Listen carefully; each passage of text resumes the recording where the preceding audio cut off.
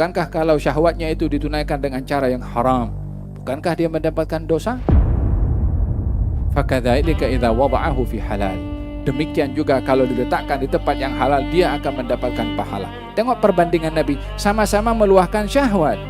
Perbezaannya adalah yang satu di tempat yang halal disyariatkan oleh Allah Subhanahu wa taala, yang satu di tempat yang haram tidak disyariatkan atau dilarang oleh Allah Subhanahu wa taala. Mustafa, Mustafa, Madba'un lis-Safa.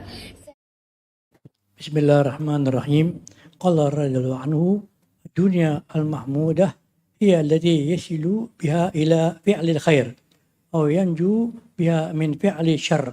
Wa dunya mubahah hiya allati la yaqa'u bisababiha fi tarkil ma'muri wa fi qurbi mahdhur. Wa dunya al-madmumah ala lisani al-kitabi was sunnah hiya allati yaqa'u bisababiha fi tarki ta'ati atau fi'li maksiyah. Nah, hikmah yang kedua atau yang ke-11 mengikut urutan dalam buku ini, Al-Imam Abdullah bin Alwi Al-Haddad membahagikan dunia kepada 3 bahagian. Yang pertama, ad-dunya al-mahmudah, dunia yang terpuji. Yang kedua, ad-dunya al-mubahah, dunia yang tak terpuji, tak tercela. Yang ketiga, ad-dunya al-madhmumah, dunia yang tercela. 3 bahagian. Berbicara tentang dunia ini adalah apa-apa yang disediakan oleh Allah Subhanahu wa taala yang menjadi cabaran dan ujian kepada manusia. Baik itu harta, baik itu syahwat, baik itu jawatan dan kedudukan, pangkat.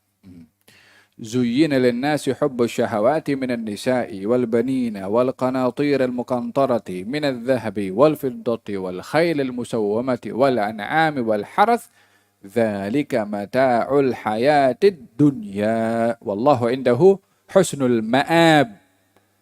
Diperhiaskan kepada manusia. Zuyyina. Jadi dalam bahasa Arab ini kalau ilmu nahunya namanya fi'il mabni lil majhul. Mabni lil majhul, pihak yang menghiaskan tak jelas siapa. Zuyyina, diperhiaskan kepada manusia. Siapa yang perhiaskan? Allah tak sebutkan dalam hal ini. Hanya diberitahu ada yang menghiaskan, diperhiaskan untuk manusia. Apa saja? Hubbus syahawat, cinta kepada syahwat, hawa nafsu. Daripada perempuan, daripada anak-anak, cintalah, perasaan, kasih sayang. Kemudian wal qanatir al muqantarah, harta benda yang melimpah ruah, adz-dzahab wal fiddah, emas dan juga perak. Kemudian wal khayl musawwamah, kuda yang menjadi kebanggaan orang pada kuda waktu itu umpama transport lah. Kalau sekarang mungkin Bentley ke wa'ila apa kereta sport yang laju itu kan. Nah. Kemudian apa lagi? Wal khayl wal an'ami wal harath, binatang ternak dan juga tanaman-tanaman. Allah berfirman, "Dzalika mata'ul hayatid dunya." Semua itu kenikmatan kehidupan dunia.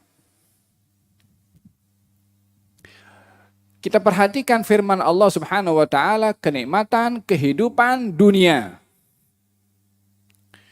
Kenikmatan ini bila dinisbahkan kepada keduniaan, maka ia tak terlepas daripada wa mal hayatud dunya illa mata'ul ghurur. Kehidupan di dunia ini kenikmatannya menipu, bermakna tidak ada kenikmatan di dunia yang kekal kecuali nikmat ibadah kepada Allah dan iman kepada Allah Subhanahu wa taala. Kenikmatan yang bersifat dunia mahdhah, mujarrad keduniaan, tak ada yang kekal. Orang ada nikmat dalam berkahwin umpamanya, hanya beberapa waktu selepas itu udah berusia khalas. Orang seronok dengan musafir, lama-lama sudah tak ada lagi kekuatan nak bermusafir. Orang ada seronok naik kereta apa semua, kereta sudah dimiliki semua, lama-lama dah biasa. Dia tak ada yang kekal pada kenikmatan di dunia. Yang kedua, Allah menyebutkan pada dunia ini kehidupan di dunia. Al-hayatud dunya. Dzalika mata'ul hayatid dunya. Kehidupan. Setiap kehidupan ini akan berakhir. Kecuali kehidupannya Allah yang tidak berakhir. Setiap kehidupan ada penghujungnya. Yang hidup bukan manusia, bukan binatang saja, bukan jin, bukan malaikat saja. Dunia pun dikatakan ada hidup, bermakna ada umur pada dunia. Ada masa, ada penghujung pada dunia. Oleh sebab itu, dunia ini disebutkan dalam Al-Quran, ada umurnya, ada hidupnya. Dunia ini hidup, maksudnya hidup ada umur, ada masa berakhir. Jadi manusia ini hidup di atas tapak yang punya akhiran. Kalau dia punya segala-galanya pun juga, kalau hidupnya kekal, dunianya pun akan berakhir.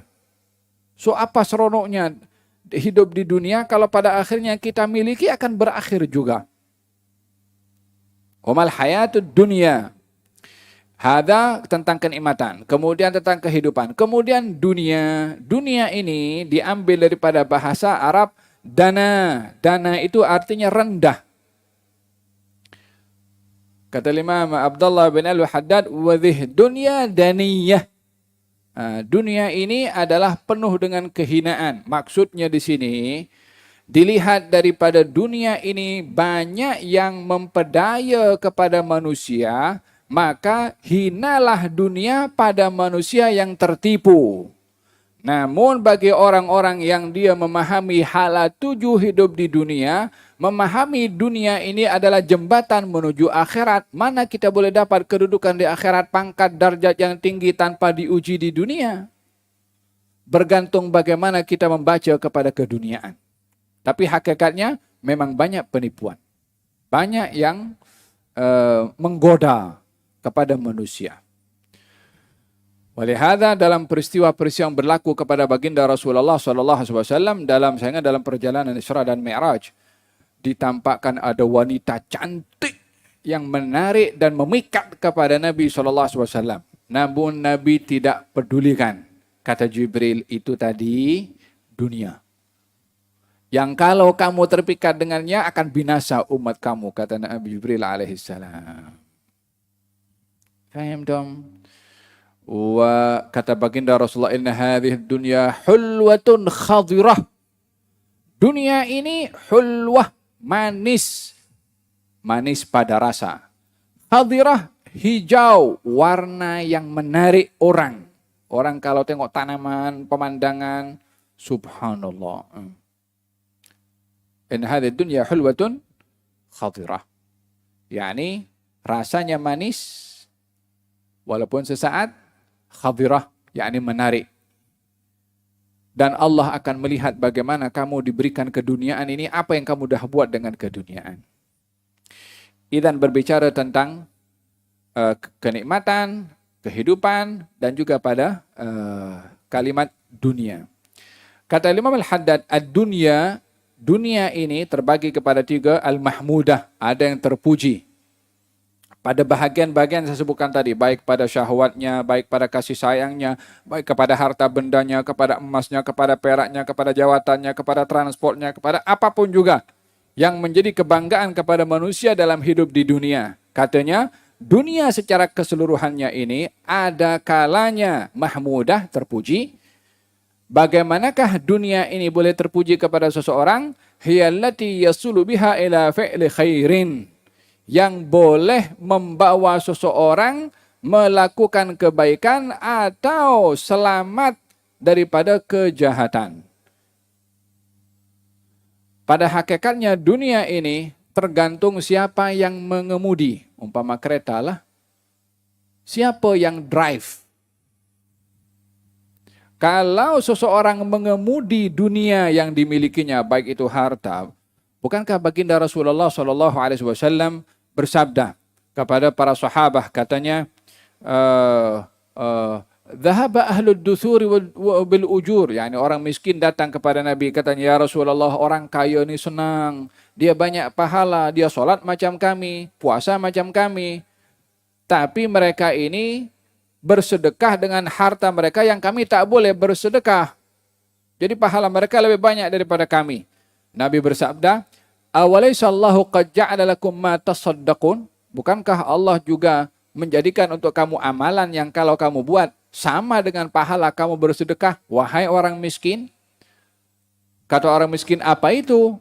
Kata orang miskin, kata baginda Rasulullah, fa inna fi kulli tasbihatin shadaqah, wa fi kulli tahmidatin shadaqah, wa fi kulli tahlilatin shadaqah, wa fi kulli takbiratin shadaqah. Satu tahmid, tahlil, takbir, semua itu adalah sedekah. Kemudian wa fi bud'i ahadikum shadaqah. Dan ketika kamu mendatangi istri kamu, itu adalah sedekah. Sahabat tanya, ayati ahaduna syahwatahu fakana lahu ajr. Adakah seorang mendatangi istrinya, memenuhi syahwatnya, dapat pahala? Kata Nabi, awalaysa idza wada'aha fi haram fakana alaihi wizr? Bukankah kalau syahwatnya itu ditunaikan dengan cara yang haram, bukankah dia mendapatkan dosa? Fakadzalika idza wada'ahu fi halal. Demikian juga kalau diletakkan di tempat yang halal, dia akan mendapatkan pahala. Tengok perbandingan Nabi, sama-sama meluahkan syahwat. Perbezaannya adalah yang satu di tempat yang halal disyariatkan oleh Allah Subhanahu wa taala, yang satu di tempat yang haram tidak disyariatkan atau dilarang oleh Allah Subhanahu wa taala.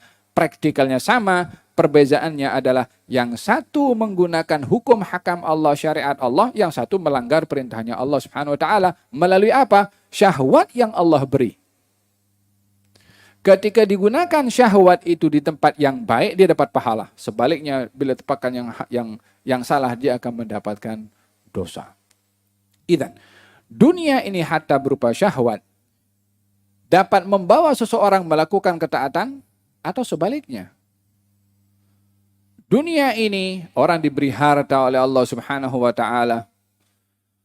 Dalam Al-Quranul Karim Allah Subhanahu wa taala berfirman melalui lisan Nabi Musa alaihi salam. Katanya, "Ya Rabbi, ini Firaun, dia punya orang-orang yang dekat dengannya daripada al-mala, pembesar-pembesarnya, punya harta.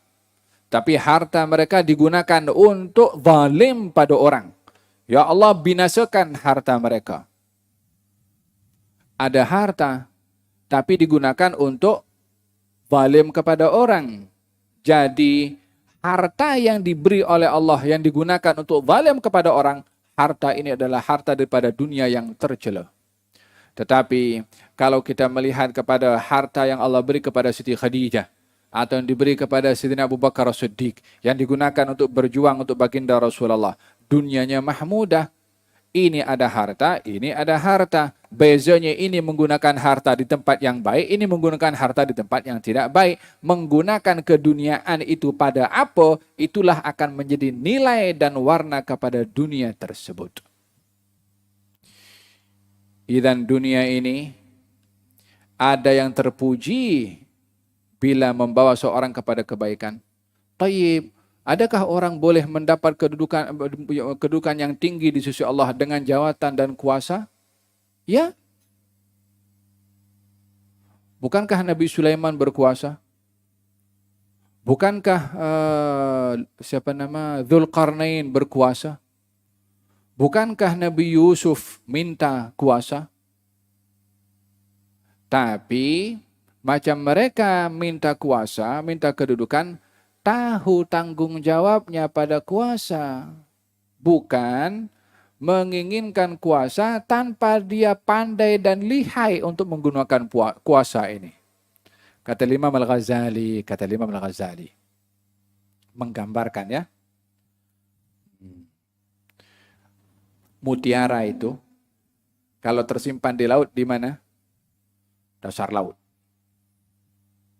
Ada orang tak mau sama mutiara? Semua mau. Tapi adakah semua orang pandai menyelam untuk mendapatkan mutiara? Tidak semua. Kalau nak menuju ke mutiara itu mungkin ada ikan ikan hiu, ikan hiu. Belum ikan-ikan, belum mungkin ada ular di dalam, mungkin ada tekanan oksigen yang kita tak mampu, mungkin berenang kita tidak sanggup untuk nak menyelami kedalaman yang begitu dalam. Jadi untuk mengambil mutiara di dalam tuh, biarlah orang yang lihai dan pandai untuk sampai ke situ. Macam itu juga keduniaan. Macam itu juga kuasa. Kalau pandai, seperti pandainya orang nak cari mutiara di dalam dengan berbagai macam rintangan, silahkan tuntut itu kuasa tak apa. Kalau menyelam di dalam ada ikan, ada ular, ada macam-macam. Kita nak sampai kepada kekuasaan ini, ada perempuan, ada duit, ada rasuah, ada macam-macam. Adakah kita akan selamat di situ? Adakah kita pandai untuk nak mengelak daripada itu semua? Sebab itu rintangannya. Jadi pada jawatan dan kedudukan itu bukan tercela pada zatnya, melainkan tercela pada penggunaannya. Harta pun sama juga. Idzan dalam hal ini, keduniaan ini akan menjadi terpuji bila kita bijak menggunakannya untuk kebaikan dan menolak kemudaratan, dan akan menjadi tercela bila seseorang menggunakannya kepada hal-hal yang menyebabkan dia bermaksiat atau meninggalkan ketaatan. Macam itu ada satu orang kan datang kepada baginda Rasulullah sallallahu alaihi wasallam mengatakan, "Ya Rasulullah, doakan saya jadi orang kaya." Kata Nabi mengatakan, "Qalilun tashkuruhu khairun min kathirin la tutiquh." Kamu dapat rezeki sedikit cukup bagi kamu, lebih baik daripada kamu dapat banyak, kamu tak mampu nak pikul. Dia pun paksa, "Ya Rasulullah, kalau aku kaya, aku akan bersedekah, aku akan begini, aku akan begitu." Kata Nabi, sedikit kamu dapat, kamu bersyukur, lebih baik daripada banyak, kamu tak mampu nak pikul. Dia paksa lagi, minta 3 kali, berkali-kali. Akhirnya didoakan oleh Nabi sesuai dengan permintaannya. Dia diberitahu tak mau. Akhirnya dia pun beli kambing jantan dan betina. Beranak pinak kambing ini sampai banyak. Sekali beranak macam ulat. Sekali punya banyak, beranak banyak. Dia pun mula sibuk. Selalunya datang pergi masjid, dan sekarang sibuk dengan dia punya harta. Tak datang pergi ke masjid. Last sekali, 1 minggu sekali saja Jumat baru datang. Kambing semakin banyak, dah semakin sibuk. Jumat pun ya Allah sudah terlepas pun juga. Sampai tiba waktu untuk dipungut zakat. Dihantarkan 2 orang oleh Nabi membawa amanah untuk mengambil zakat daripada si fulan. Ketika datang 2 orang ini untuk diminta zakatnya kepada si fulan tadi, dia kata, "Aku nak pikir, ini macam jizyah lah." Jizyah itu macam peruntukan yang diambil oleh orang bukan Islam yang hidup di bawah kekuasaan orang Islam pada ketika itu. Ini macam jizyah, dah bertukar dah.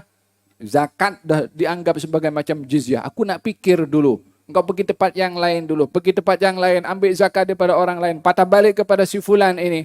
Datang kepada si fulan ini pun, "Aku nak pikir sekali lagi." Kan? Dulu masa susah apa dia kata? "Aku kalau kaya aku nak sedekah." Nak sedekah. Yang zakat yang wajib tak dikeluarkan. Dia pikir macam mana? Yalah, orang kalau punya 40 ekor kambing, mungkin 1 ekor kambing dikeluarkan. Kalau 4.000, kalau 40.000 ekor, semakin banyak harta yang dimiliki, peratusannya itu ya akan menjadi tinggi juga. 2,5% daripada 100.000 dengan 1 billion. Kos tidak sama, 2,5%-nya sama, tapi jumlahnya tak sama. Dia tengok jumlah yang besar kena keluar, dia pun tertanam dalam hatinya bakhil, kedekut. Sampai ketika utusan Nabi yang diperintahkan untuk memungut zakat datang kepada Nabi, daripada jauh Nabi nampak tidak banyak kambing yang dibawa. Nabi tahu kalau si fulan tu tak keluarkan zakat. Celaka dia, celaka dia. Turun firman Allah dalam surat At-Taubah menghalang menerima zakatnya si fulan tu. Faham dong? Idzan harta yang dimilikinya tidak membawa kebahagiaan kepada dia. Ini harta madhmum, harta yang tercela, harta yang tidak membawa kebahagiaan. Dengan demikian terbagi harta ini, si fulan itu sampai wafatnya Rasulullah, dia datang nak bagi zakatnya, kata, "Aku tak boleh terima. Allah sudah melarang." Zaman Sayyidina Abu Bakar As-Siddiq dia datang, katanya orang lebih baik daripada aku, tak terima, macam mana aku nak terima? Sampai zaman Sayyidina Umar bin Khattab, dan meninggal di zaman Sayyidina Umar atau Sayyidina Utsman bin Affan. Nabi dulu bagi tahu, sedikit kamu dapat bersyukur, lebih baik daripada kamu banyak tak mampu dipikul. Fil hadis, Nabi Muhammad SAW bersabda dalam satu hadis, "Aku," yakni Allah Subhanahu Wa Taala maksudnya, "memberi kaya kepada seseorang Karena aku tahu kalau orang diberi miskin akan menjadi dia kufur kepada Allah. Maka tak dimiskinkan. Dan terkadang aku bagi kepada seorang miskin. Tak kaya. Karena kalau aku bagi kaya dia akan kufur dengan kekayaannya. Aku ada kalanya bagi sehat kepada si fulan. Kalau aku bagi sakit dia tak mampu bersabar dengan sakitnya dia boleh kufur. Sehingga aku tak bagi dia sakit. Ada si fulan bagi oleh Allah SWT sakit. Karena aku tahu kalau dia sehat dia zalim berbuat dosa. Maka dibagi sakit sehingga tidak berbuat dosa. Allah Maha mengetahui dengan apa yang Allah berikan pada kita. Sehat, sakit, kaya, miskin, laki, perempuan, berjawatan, tak berjawatan. Allah punya kuasa. Dan di situ Allah letakkan hikmah pada apapun status yang kita ada. Ini antara dunia al-mahmudah dan dunia al-madhmumah. Dunia yang terpuji, dunia yang tercela. Yang tengah-tengah adalah dunia yang dunia yang mubahah, dunia yang harus. Dunia yang harus ini yang dunia yang kita miliki tak membawa kita kepada kebaikan, juga tidak membawa kita kepada kemungkaran. Tidak mengajak kita meninggalkan yang baik, juga tidak memaksa kita melakukan perkara yang mungkar. Seperti makan, minum, melancong, membeli barang-barang kenikmatan keduniaan yang tak ada kaitan dengan ibadah. Satu hari baginda Rasulullah SAW memberitahu kepada Siti Aisyah, Nabi ada potong kambing. Lepas itu beritahu kepada Siti Aisyah, Aisyah, ini daging bagi kepada fakir miskin. Maka dipotong daging itu, dibagi oleh Siti Aisyah. Sampai kepada bahagian paha kambing yang hadapan, Siti Aisyah ingat, ini Nabi suka kepada paha kambing. Maka disimpan paha kambing untuk Nabi. Nabi balik ke rumahnya, tanya kepada Siti Aisyah, daging kambing sudah diagihkan ke? Ya Rasulullah, semuanya habis kecuali paha kambing. Nabi tersenyum mengatakan, wahai Aisyah, semuanya kekal kecuali paha kambing. Yang disedekahkan itu yang kekal, dicatat pahalanya sedekah. Yang dimakan sendiri untuk kita sendiri. Nah, tengok mantik Nabi SAW melihat kepada apa yang kita makan, itulah yang harus, yang mubah. Yang kita sedekahkan itulah yang kekal. Ada berkenaan dengan pembahagian dunia kepada 3 bahagian. Ad-dunya al-mahmudah, ad-dunya al-madhmumah, dan ad-dunya al-mubahah. Wahakadha. Nah. Wallahu ta'ala a'lam bis-shawab. Sa'a 10 yakfi lah. 1 jam 6. Akhir wallahu ta'ala alam. Hadha 2 hikmah yang kita bahas pada hari ini. InsyaAllah kita akan teruskan pada pertemuan yang akan datang mengenai hikmah yang ke-12. Hikmah yang ke-12. Dalam majelis ini juga kalau ada soalan-soalan apa semua boleh catat dan dihantarkan ke hadapan untuk dijawab seboleh mungkin supaya dapat kejelasan daripada bab yang kita bahas atau hikmah yang kita bahaskan. Wallahu ta'ala. Fil hadits qudsi dikatakan, man lam yarda ala qada'i wa lam yasbir ala bala'i falyattakhidh rabban siwa'i. Siapa orang yang tidak ridha dengan ketentuan qada dan qadarnya aku dan tidak sabar atas musibah yang aku beri, maka hendaklah dia mencari Tuhan selain aku. Kata Allah Subhanahu wa taala dalam hadits al-Qudsi. Dan orang yang paling bahagia dalam hidup adalah orang yang dia menyikapi dengan ridha ke atas ketentuan qada dan qadarnya Allah Subhanahu wa taala. Itu orang paling happy. Paling yang tak ada problem dalam hidup. Disebabkan dia tahu segala-galanya sudah maktub dan diterima dengan ridha. Wallahu taala alam. Moga-moga Allah Subhanahu wa taala perkuatkan iman kita kepada qada dan qadarnya Allah Subhanahu wa taala. Walaupun kita meminta kepada Allah agar supaya Allah menyikapi kita dengan ihsan. Bukan dengan dugaan yang kita tidak mampu. Hatta yang kita mampu pun juga harap-harap disikapi dengan ihsan dan bukan dengan dugaan. Moga-moga diberikan oleh Allah Subhanahu wa taala syurga dengan rahmatnya Allah. Diberikan kedudukan dengan ihsannya Allah Subhanahu wa taala. Allahumma ja'alna min abidikal ihsan la min abidikal imtihan. فضلا وإحسانا وامتنانا منك يا رب العالمين وصلى الله على سيدنا محمد وعلى آله وصحبه وسلم الحمد لله رب العالمين